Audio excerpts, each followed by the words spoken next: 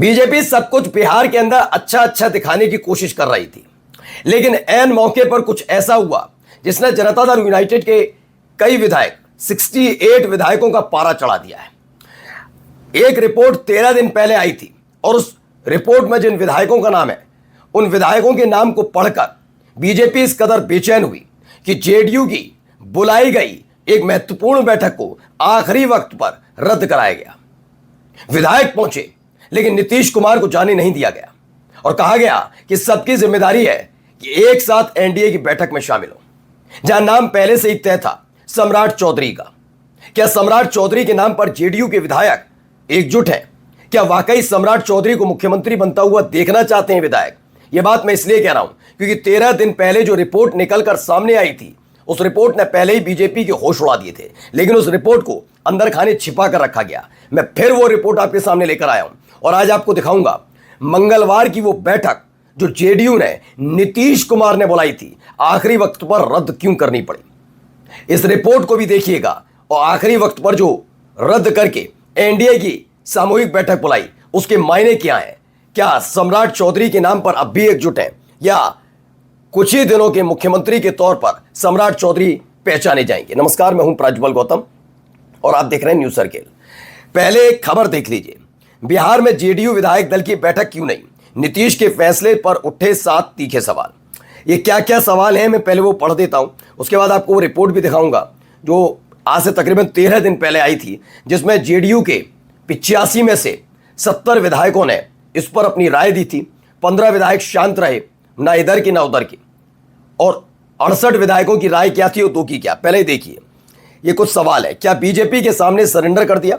85 विधायक होने के बावजूद क्या जेडीयू ने बीजेपी के सामने पूरी तरह घुटने टेक दिए?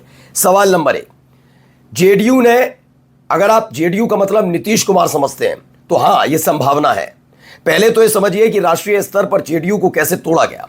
साल 2024 का लोकसभा चुनाव, उस चुनाव के फौरन बाद ही राष्ट्रीय कार्यकारिणी की बैठक दिल्ली में जेडीयू की होती है। नीतीश कुमार मनीष वर्मा पूर्व एक आईएएस को बनाना चाहते थे राष्ट्रीय कार्यकारी अध्यक्ष, लेकिन आखिरी वक्त पर संजय झा, जो अमित शाह के करीबी हैं, उनका नाम सामने आया। संजय झा राष्ट्रीय कार्यकारी अध्यक्ष बने जेडीयू के, और तब से ही तय हो गया कि जनता दल यूनाइटेड 2 हिस्सों में बंट गई, एक दिल्ली वाली यानी राष्ट्रीय स्तर पर और एक राज्य स्तर वाली यानी नीतीश कुमार पर।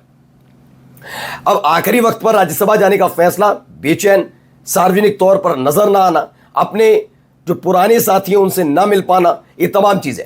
खबर निकल कर आ रही है कि नीतीश कुमार की किसी दुखती हुई नब्ज को पकड़ लिया गया है।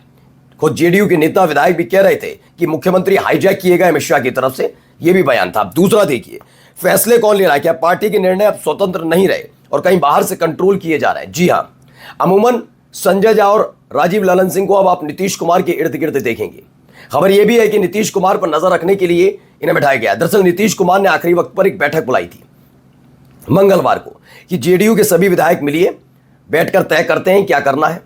यह एक जानकारी संजय झा और राजीव ललन सिंह ने पहुंचाई ऊपर तक। आखिरी वक्त पर नीतीश कुमार की बुलाई गई उस बैठक को रद्द कर दिया, क्योंकि सबने देखा कि कैसे पिछले कुछ दिनों से नीतीश कुमार के इस फैसले के खिलाफ उनके अपने पुराने साथी मोर्चा खोलकर बैठे थे। कोई रो रहा था, कोई आरोप लगा रहा था बीजेपी पर, कोई सीधे अमित शाह का नाम ले रहा था।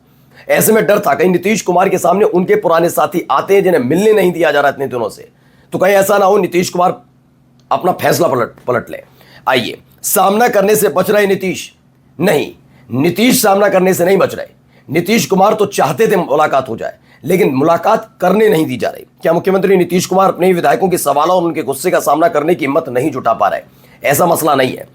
क्या पार्टी को डर है कि बैठक बुलाई तो नाराजगी खुलकर सामने आ जाएगी और टूट की स्थिति बन सकती है? बिल्कुल सही बात है। पार्टी को डर नहीं है, पार्टी में लगाइए जेडीयू नहीं, बीजेपी को डर है। बीजेपी के सिपे सलार जो जेडीयू के अंदर बैठे हैं, संजय झा और राजीव ललन सिंह जैसे लोग, उन्हें डर था कि जो बात अब तक नीतीश कुमार से खुल्लम खुल्ला ये विधायक नहीं कह पा रहे थे, मुलाकात ही नहीं हो रही। अगर विधायकों की बैठक बुलाई और वहां कह दी गई तो नीतीश कुमार पलट ना जाए और जाते जाते ऐसा ना हो कि जो पूरा परफॉर्मा तैयार किया है बीजेपी का नेता बनेगा मुख्यमंत्री, वो फेल ना हो जाए। इसलिए नीतीश कुमार को मिलने ही नहीं दिया गया। नेतृत्व का संकट, क्या आप जेडीयू में नीतीश कुमार की पकड़ कमजोर हो गई और फैसले कोई और ले रहा है? जी हां। क्या जेडीयू के कुछ बड़े नेता पार्टी में रहते हुए भी पर्दे के पीछे से बीजेपी के लिए स्क्रिप्ट लिख रहे हैं? सच बात है। सबसे पहले तरह ये खबर देखिए, जेडीयू विधानमंडल दल की बैठक स्थगित, दोपहर 3 बजे होनी थी बैठक, जबकि ये 2 बजे बैठक होनी थी। पूरा प्रोग्राम भी सेट कर दिया गया था, वो भी आपको दिखाऊंगा, लेकिन पहले ये देखिए प्रोग्राम एक दिन पहले ये क्लियर किया गया था। मौजूदा मुख्यमंत्री नीतीश कुमार ने मंगलवार को दोपहर 2 बजे से जनता दल यूनाइटेड की विधायक दल की बैठक सीएम आवास पर बुलाई नीतीश कुमार ने। बीजेपी ने 3 बजे विधायकों की बैठक बुलाई है। ये क्लियर था 2 बजे जेडीयू के विधायक बैठेंगे साथ में नीतीश कुमार के नेतृत्व में, और बीजेपी उधर अपने विधायकों के साथ करेगी। तब तक ये खबर आई कि जेडीयू के कौन से विधायक हैं, कंफर्म किया गया, अरे ये तो वही 68 विधायक भी इसमें शामिल होंगे जो विधायक पहले भी सम्राट चौधरी के नाम पर या बीजेपी के नाम पर एक मुश्त नहीं खड़े थे। देखिए खबर भी क्या है, ये 13 दिन पहले एक रिपोर्ट थी, जेडीयू के सिर्फ 2 विधायक चाहते हैं सम्राट चौधरी बने सीएम, सिर्फ 2 विधायक। दरअसल 85 विधायकों के साथ ये सर्वे किया गया, जिसमें से 15 विधायकों में से कुछ ने फोन नहीं उठाए और कुछ लोगों ने अपनी राय नहीं दी। 70 विधायकों ने अपनी बात दिल खोल कर रखी, जिनमें से मात्र 2 विधायक चाहते थे कि सम्राट चौधरी मुख्यमंत्री बने।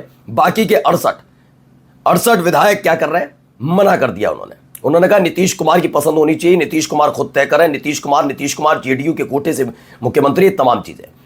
अगर मैं उन 15 विधायकों को भी जोड़ लेता हूं तो 15 और 2 17, यानी मात्र 17 विधायक चाहते हैं कि नीतीश कुमार सम्राट चौधरी मुख्यमंत्री बने। मान लीजिए जो बोल भी नहीं पाए, जिनसे बात नहीं हो पाई, उनको भी मिला लेता हूं, तब भी 85 में से सिर्फ 17 विधायक, जबकि 68 विधायकों ने खुल्लम खुल्ला इसके खिलाफ मोर्चा खोला था। यही एक वजह है कि जब अकेले में, चूंकि नीतीश कुमार को मिलने दिया ही नहीं जा रहा, शुरुआत से आप देखिए, जब से उन्होंने एक ट्वीट किया है कि मैं राज्यसभा जाना चाहता हूं, मेरा तो बहुत मन था राज्यसभा जाने का, ये तमाम चीजें कर रहे थे, तो उन 68 विधायकों में से ये जो विधायक नाराज चल रहे थे, उन विधायकों को मिलने तक नहीं दिया गया। गोपाल मंडल जाते हैं, नहीं मिल पाते, वो धरने बैठ जाते हैं, उठा के ले जाती है पुलिस। अंदर कौन होते हैं, संजय झा, राजीव ललन सिंह। ये शुरुआत से स्क्रिप्ट लिखी गई। वो बात अलग है कि बार बार नीतीश कुमार सामने आ रहे हैं, ऐसा नहीं छिपा दिया गया, लेकिन उनके चेहरे की बेबसी भी पता लग रही है कि आप अपने पुराने साथियों से मुलाकात करने से भी कतराएं। तो कौन सी दुखती हुई नब्ज पकड़ी है। ऐसा नहीं है कि वक्त का पहिया नहीं घूमता, ऐसा नहीं है कि बातें निकलकर सामने नहीं आती, एक वक्त में निकलकर सामने जरूर आएंगी।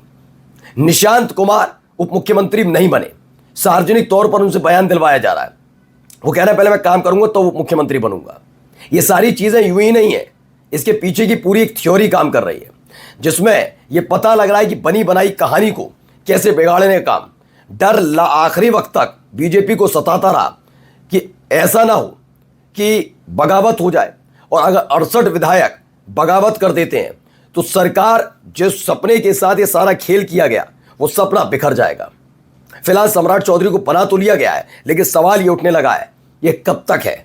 या तो पूरी तरह से जनता दल यूनाइटेड खत्म हो जाएगी, जो एजेंडे में है ही है, और अगर ऐसा नहीं हुआ तो यकीन मानकर चलिए ये 68 विधायक कुछ ऐसा कर सकते हैं जिससे सम्राट चौधरी की कुर्सी हिल जाए। दोनों में से कुछ ना कुछ, ज्यादा दिन नहीं, मात्र 6 महीने के भीतर होगा। ये 6 महीने भी ज्यादा बता दिए, क्योंकि जेडीयू के विधायकों का पारा चढ़ता जा रहा है। नमस्कार।